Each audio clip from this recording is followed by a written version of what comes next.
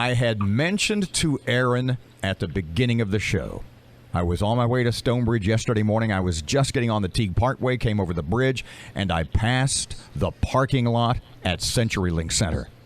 Michael, it was incredible. It looked like, for lack of a better analogy, it was like a D-Day invasion. I'm telling you, both sides of that parking lot were totally filled with trucks, with workers.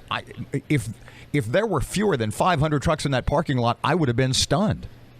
Oh, you're exactly right, and that is one of 3 base camps that we have set up in Louisiana, and we're beginning to stand up a 4th right now. Tell me about those. Where are they? How many? You had said last week we're going to have 3,000 or so people, workers from out of town. Has that number increased? It sure seems like it.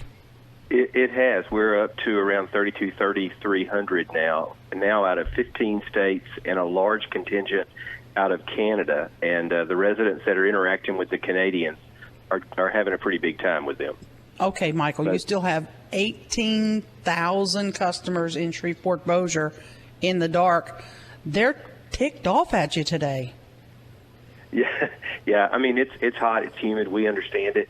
Our numbers are looking good. In Louisiana, total, we're down to about 47,800.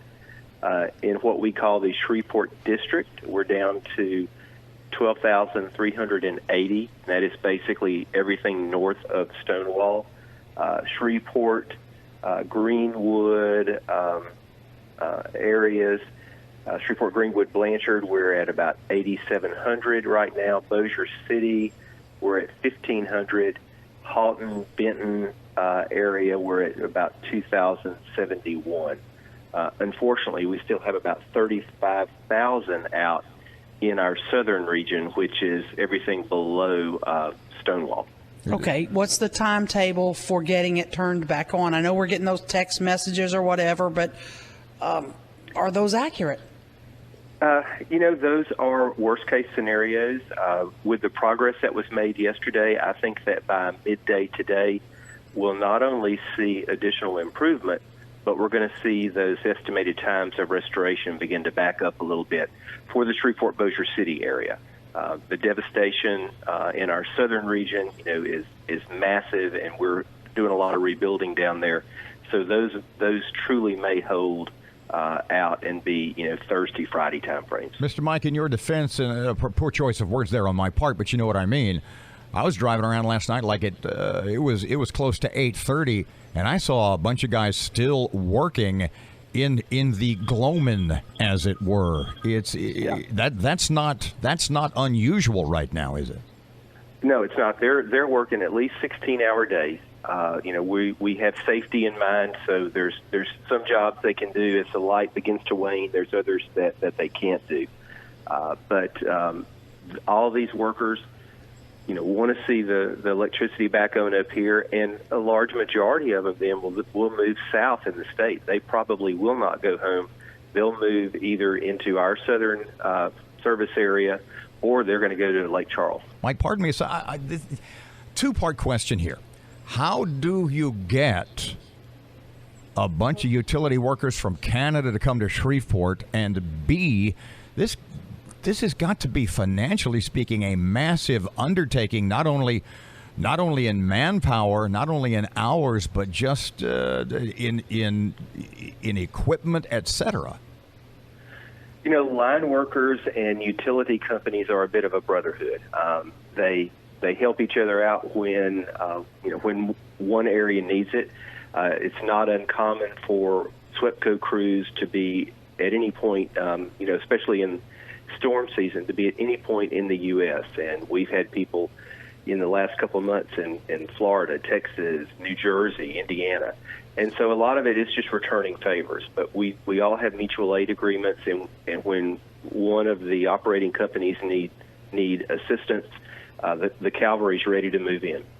Michael, let me ask you, we have Caddo Middle Magnet, Eden Gardens still in the dark. I think a school in DeSoto Parish still closed, all in Natchitoches.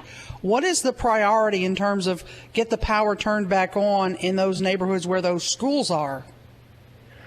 Well, it's different in this area than it is down south. For Eden Gardens and Caddo Middle Magnet, There are some lines that feed into that neighborhood that are still damaged, and I believe those schools may even have partial power, but they don't have full power. So it was better to make the decision today to not bring students in and take a chance there. I would fully expect those to be back up and running tomorrow. When you go further south, there are, certainly larger outages, but there's just not basic services. You can't get food to the schools because the food warehouses either can't make deliveries or they've lost power. So there's a lot of logistics issues that are going to affect schools in the southern part of the state. Aaron, as we've said a couple of times, time for one more. What you got? Yeah, I've got another one. Here's to the people that are just railing about people across the street have power. Why don't I? It happens, and our circuits, some of our circuits are very short and easily identifiable. Some run for miles. And as Shreveport has grown and let me take that back. Not so much in the newer parts, but in some of the older sections of town, especially where there's lots of tree canopy. You may be on one circuit and your neighbor may be on another circuit, and that easily causes that most frustrating event of you look out your hot, steamy window and see your neighbors frolicking in air conditioning.